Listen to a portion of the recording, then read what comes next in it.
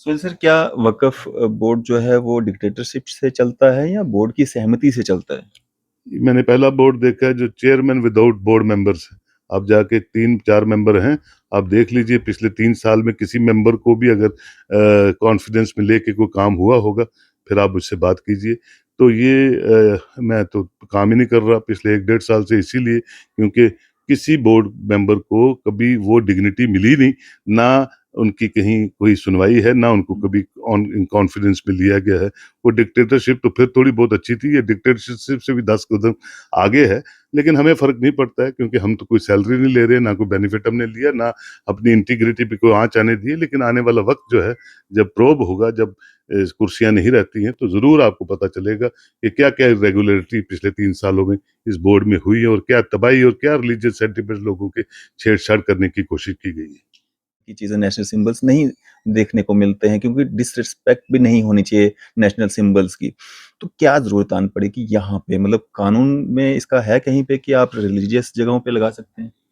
देखिए कहीं भी नहीं है रिलीजियस रिलीजियस प्लेसेस में इसका कोई कोई इतनी सिग्निफिकेंस नहीं है। ये गवर्नमेंट के इदारों पे ही हमेशा हमने देखा है। आपने देखा होगा मैं देख रहा था कि कोई कहता है कि नोटों पे भी है, तो आप नोट मत लीजिए। देखिए ये सब चीज़ें ऐसी हैं कि आप सिर्फ़ अपने आप को शील्ड करना चाहते हैं। देखिए जहाँ रिलीजियस सेंटिमेंट्स जुड़े हैं, किसी भी रिलीजन के आस्थाओं से कोई मज़हब जुड़ा होता है, तो आस्थाओं का भी ध्यान रखना होता है। हिंदुस्तान एक गंगा-जमुनी तहज़ीब का पूरा मरकज़ है और गंगा-जमुनी तहज़ीब तभी आगे बढ़ती है और अमन-अमान तभी। कश्मीर में हज़रत बल दरगाह जो है वो कंट्रोवर्सी में चल रही है। कंट्रोवर्सी इसलिए चल रही है क्योंकि वहाँ पे जो नेशनल जो एक चिन्ह था वहाँ पे लगाया गया था उस नेम प्लेट के अंदर, उसको लेकर के जो है वहाँ पे लोगों में एक रोष गुस्सा दिखा जिसमें वहाँ पे उसको तोड़ा गया। जिसके बाद जो वक़्फ़ के जो चेयरपर्सन हैं दरख्शान अंद्राबी जी, उन्होंने एक प्रेस कॉन्फ्रेंस भी की। उसमें उन्होंने ये कहा कि मिलिटेंट सिर्फ जंगलों में नहीं है, ये जो लोग हैं जो पत्थर से इसको तोड़ रहे हैं इनके खिलाफ कार्रवाई की जाए, इनके खिलाफ पीएसए लगाया जाए। हमारे साथ वक्फ बोर्ड मेंबर सोहेल काज़मी जी मौजूद हैं। सोहेल सर, कैसे देखते हैं इस एक्ट को जो सारा हुआ है कल से लेकर अभी तक जो अलग अलग स्टेटमेंट्स आ रही हैं लोगों की? बड़ा अनफॉर्चुनेट हुआ है, नहीं होना चाहिए क्योंकि पिछले 10-11 सालों में जितना इन्वेस्टमेंट पीस को लेके मरकज़ ने यहाँ किया है और लोगों के दिलों को जीतने में बड़े मज़बूती से उनका योगदान रहा है। मैं समझता हूँ उस पूरे 11 साल के सिस्टम को प्रिवेल करने में और जिस तरह की इलेक्शंस यहाँ हुई, जिस तरह का जनाधार लोगों ने अपने प्रतिनिधियों को दिया है, उसके बाद ऐसा इंसिडेंट होना बड़ा अनफॉर्चुनेट है जिसमें अनरेस्ट से शुरू हो गया और वो भी बड़े इम्पोर्टेंट दिन जिसको हम ईद मिलादुन नबी कहते हैं, उस पे तो मैं तो कंडेम करता हूँ उन फोर्सेस को जिन्होंने इसको तूल देने की कोशिश की है, जिन्होंने इसका इश्यू बनाया है।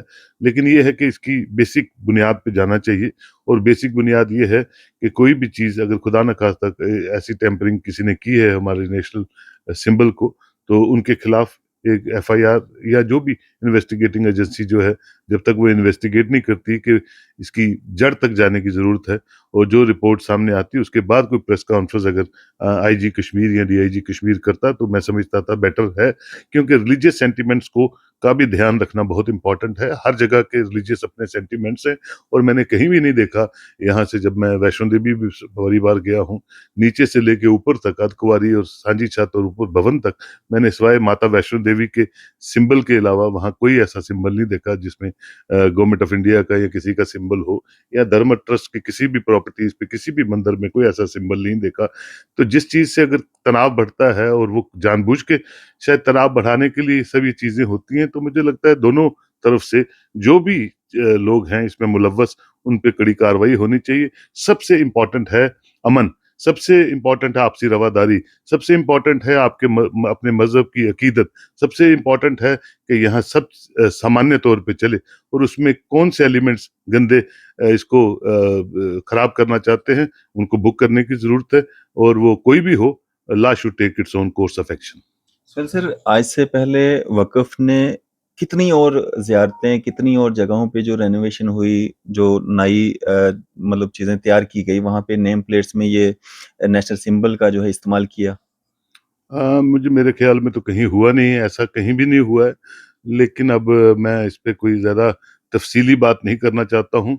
लेकिन कुछ लोगों को आदत होती है कि वो पावर कॉरिडोर्स में जब टेस्ट कर लेते हैं पावर को, तो वो ये भूल जाते हैं कि ज़बान की मर्यादा क्या होती है, और अगर अपीज़ ही करना है किसी को तो अपीज़ करने के तरीकाकार क्या होते हैं। क्योंकि कुर्सी चीज़ ही ऐसी है, एक बार जब आपको मिल जाए और वो आप प्रोटोकॉल पे चलना शुरू हो जाए और आप डिज़र्व ना करते हो, तो आप चाहते हैं कि मैं सिर्फ़ उन लोगों को अपीज़ करूँ जो मुझे अपलिफ्ट कर सकते हैं, और ग्राउंड रियलिटीज़ को वो भूल जाते हैं।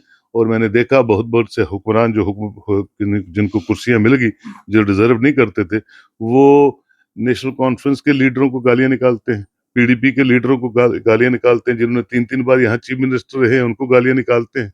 तो वो इंडिकेट करता है कि कहीं न कहीं ये जो चॉइस है ऐसे लोगों को चुन के बनाने की या कहीं किसी अच्छी चेयर्स पे रखने की, वो अच्छी नहीं है। वो डिविडेंड्स नहीं दे रही है मरकज़ को, जो डिविडेंड्स मरकज़ को आने चाहिए थे। जिस तरह का सिचुएशन वो यहाँ चाहते हैं और जिस तरह का जवाब वो पाकिस्तान और बाकी भाड़े के टटुओं को देना चाहते हैं, तो अगर गलत लोगों की नॉमिनेशन हो जाए तो उसके रिजल्ट गलत ही आएंगे, which is very unfortunate. Sir जो कुछ वहाँ पे हुआ, सरासर गलत हुआ। नेशनल सिंबल के साथ वैसा सलूक नहीं किया जाना चाहिए था। उन लोगों के खिलाफ कार्रवाई भी होनी चाहिए। हर शख्स जो है वो इस चीज़ की माँग कर रहा है। लेकिन उन लोगों को वैसा करना क्यों पड़ा? उसकी नौबत क्यों आई? उसके पीछे के कारण क्या थे? उनका भी जानना ज़रूरी है। मुझे लगता है कि ऑनरेबल गवर्नर साहब जो हैं वो बहुत अ, खूबसूरत इंसान है और बड़े मेहनती हैं। जम्मू कश्मीर में जो उनका रोल है वो बड़ा नुमायाँ है और हम सब उसकी तारीफ़ करते हैं, और मैं ज़ाती तौर पे भी बहुत इज़्ज़त करता हूँ उनकी। उनको इमीडिएट एक सिट बनानी चाहिए 4-5 लोगों की, जो ये पूरे घटना स्थल पे जाके इसका मुआयना लें और इन्वेस्टिगेट करके बताएँ कि ये क्या इश्यू है और ये क्यों फ्लेयर अप हुआ। और मुझे लगता है जब वो सारी रिपोर्ट आ जाए, जब ऑनरेबल गवर्नर साहब उसको पढ़ लें, क्योंकि लॉ एंड ऑर्डर उनके पास है, उसके बाद एक ब्रीफ हैंडआउट जो है वो पब्लिक के सामने लाया जाए, ताकि अनरेस्ट जो है यहीं पे खत्म हो जाए और उसको पॉलिटिसाइज कोई ना कर पाए।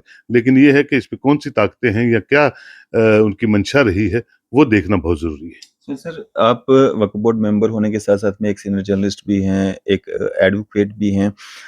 वकालत के हिसाब से अगर देखा जाए तो ये जो नेशनल सिंबल हैं, ये कहाँ-कहाँ पे लगाए जा सकते हैं और कहाँ पे नहीं लगाए जा सकते हैं? जिस तरह से आपने कहा कि कटरा धर्मा ट्रस्ट या बाकी जगहों पे रिलीजियस जो होती हैं जगहें, यहाँ पे कहीं पे भी इस तरह की चीज़ें नेशनल सिंबल्स नहीं देखने को मिलते हैं क्योंकि डिसरिस्पेक्ट भी नहीं होनी चाहिए नेशनल सिंबल्स की। तो क्या ज़रूरत आन पड़ेगी यहाँ पे? मतलब कानून में इसका है कहीं पे कि आप रिलीजियस जगहों पे लगा सकते हैं? देखिए कहीं भी नहीं है, रिलीजियस रिलीजियस प्लेसेस में इसका कोई कोई इतनी सिग्निफिकेंस नहीं है। ये गवर्नमेंट के इदारों पे ही हमेशा हमने देखा है। आपने देखा होगा, मैं देख रहा था कि कोई कहता है कि नोटों पे भी है, तो आप नोट मत लीजिए। देखिए ये सब चीज़ें ऐसी हैं कि आप सिर्फ अपने आप को शील्ड करना चाहते हैं। देखिए जहाँ रिलीजियस सेंटिमेंट्स जुड़े हैं, किसी भी रिलीजन के आस्थाओं से कोई मज़हब जुड़ा होता है, तो आस्थाओं का भी ध्यान रखना होता है।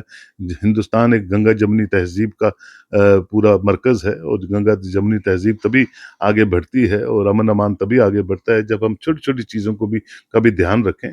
अब ये क्यों किया, किसने किया, इस पे तो मैं चर्चा नहीं करूँगा।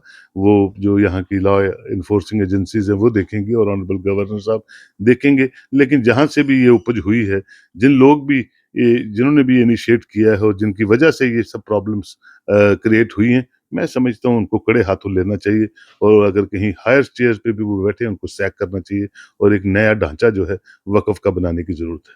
सो सर क्या वक़्फ़ बोर्ड जो है वो डिक्टेटरशिप से चलता है या बोर्ड की सहमति से चलता है? मैंने पहला बोर्ड देखा है जो चेयरमैन विदाउट बोर्ड मेंबर्स है। आप जाके 3-4 मेंबर हैं, आप देख लीजिए पिछले 3 साल में किसी मेंबर को भी अगर कॉन्फिडेंस में लेके कोई काम हुआ होगा, फिर आप मुझसे बात कीजिए। तो मैं तो काम ही नहीं कर रहा पिछले 1 डेढ़ साल से, इसीलिए क्योंकि किसी बोर्ड मेंबर को कभी वो डिग्निटी मिली नहीं, ना उनकी कहीं कोई सुनवाई है, ना उनको कभी ऑन इन कॉन्फिडेंस में लिया गया है। वो डिक्टेटरशिप तो फिर थोड़ी बहुत अच्छी थी, ये डिक्टेटरशिप से भी 10 कदम आगे है। लेकिन हमें फ़र्क नहीं पड़ता है, क्योंकि हम तो कोई सैलरी नहीं ले रहे, ना कोई बेनिफिट हमने लिया, ना अपनी इंटीग्रिटी पे कोई आँच आने दी है। लेकिन आने वाला वक़्त जो है, जब प्रोब होगा, जब कुर्सियाँ नहीं रहती हैं, तो ज़रूर आपको पता चलेगा कि क्या-क्या इर्रेगुलरिटी पिछले 3 सालों में इस बोर्ड में हुई है और क्या तबाही और क्या रिलीजियस सेंटिमेंट लोगों के छेड़-छाड़ करने की कोशिश की गई है। सर आज से पहले हमने इस तरह की प्रेस कॉन्फ्रेंस नहीं देखी है, जिस तरह से चेयरपर्सन के द्वारा ये कहा गया कि पहले से मेरे को पता था, पहले से हमने पुलिस को इन्फॉर्म किया था, कंसर्न एसएचओ को इन्फॉर्म किया था। मतलब ऐसा हो सकता है कभी कि आपको पहले से पता है और फिर भी इस तरह की हालात बन जाएँ? पूरे जम्मू कश्मीर में एक नोशन उन्होंने क्रिएट कर दिया है कि मोदी जी उनके भाई हैं, अमित शाह साहब भी उनके भाई हैं और एलजी साहब भी उनके भाई हैं। अब जब तीनों हायर अथॉरिटीज़ उनके भाई हैं, तो मुझे लगता है उनको पहले पता होगा और बेटर है आप उन्हीं से पूछिए। सब चीज़ें जब उनको पहले ही पता है जम्मू कश्मीर में क्या होना है, तो उन्हीं को सरबराह बनाइए और जम्मू कश्मीर को आगे लेके चलिए। सर, क्या वक़्फ़ बोर्ड में सियासत की गुंजाइश रहती है? क्योंकि आप किसी बोर्ड के अगर चेयरपर्सन हैं, मेंबर हैं और आप पार्टी के गुणगान कर रहे हैं या पार्टी के मतलब लीडर बन रहे हैं, तो वो गुंजाइश रहती है कहीं पे? ये तो जो मरकज़ है वो देखेगी, इस पे मैं कोई कमेंट नहीं कर सकता हूँ। लेकिन जिन चीज़ों को बनाने से चीज़ें बिगड़ जाएँ, तो मैं समझता हूँ उन चीज़ों को बंद करना बेटर है और एक नई तरीके से उसकी तश्कील दी जाए, तो वो उनके लिए भी बेटर होगा और जम्मू कश्मीर के लोगों के लिए भी बेटर होगा और मेजॉरिटी कम्युनिटी जिसको हम यहाँ कहते हैं, उनके लिए भी बेटर होगा। इस इश्यू को नेशनल इश्यू बनाने की कोशिश की जा रही है क्योंकि नेशनल हमारा सिंबल है तो उस लेवल पे इसको जो है दिखाया जा रहा है। तो आपके हिसाब से मतलब कैसे देखते हैं इसको? देखिए, मैं बड़ा अनफॉर्चुनेट है क्योंकि हर जगह, हर स्टेट में सियासत जो है अपना-अपना रंग, रूप लेके आगे आती है। मैं as a citizen of Jammu and Kashmir यही कहूँगा और अपने एक मेंबर होने के नाते भी यही कहूँगा कि मेरी इल्तिजा है सब पॉलिटिकल पार्टीज़ के साथ कि मज़हबी चीज़ों पे ज़्यादा तूल देने की ज़रूरत नहीं है। हम सबको इसको कंडेम करना चाहिए और जो गलतियाँ हुई हैं उसको कंडेम करना चाहिए। जो लोग भी इसमें मुलव्वस हैं, चाहे इधर से हैं, चाहे उधर से हैं, उनको बुक करना चाहिए और जो लोग भी इसमें कसूरवार हैं उनको अपॉलॉजी देनी चाहिए पब्लिकली ताकि ये जो रोष है यहीं ख़त्म हो जाए और अब अपनी अकीदत से हम अपने-अपने दिन मनाएँ, अपनी इबादतें करें और जम्मू कश्मीर की खुशहाली के लिए ज़्यादा से ज़्यादा इबादतों से जम्मू कश्मीर को अच्छे ढंग से आगे चलाएँ। सैकड़ों की संख्या में वहाँ पे मर्द, सैकड़ों की संख्या में पे औरतें और चेयरपर्सन का कहना है कि सब पे पीएसए लगा दो, सब पे एफआईआर लगा दो, पॉसिबल है? अगर उनके कहने पे पीएसए हज़ारों लाखों पे लग जाता, तो लगा के देख लीजिए और उसके रिज़ल्ट जो हैं फिर आने वाले दिनों में आपको पता चल जाएँगे। चलिए शुक्रिया हमसे बातचीत करने के लिए, अपना थैंक यू। कीमती समय देने के थैंक लिए। You very much sir. Senior journalist advocate Sohail Kazmi ji, वक्फ बोर्ड मेंबर हमारे साथ बात कर रहे थे। आपकी इस सब पे क्या राय है? आप अपनी राय जो है ज़रूर साझा कीजिएगा। इसी तरह की मज़ीद अपडेट्स के लिए आप देखते रहें न्यूज़ शहर इंडिया।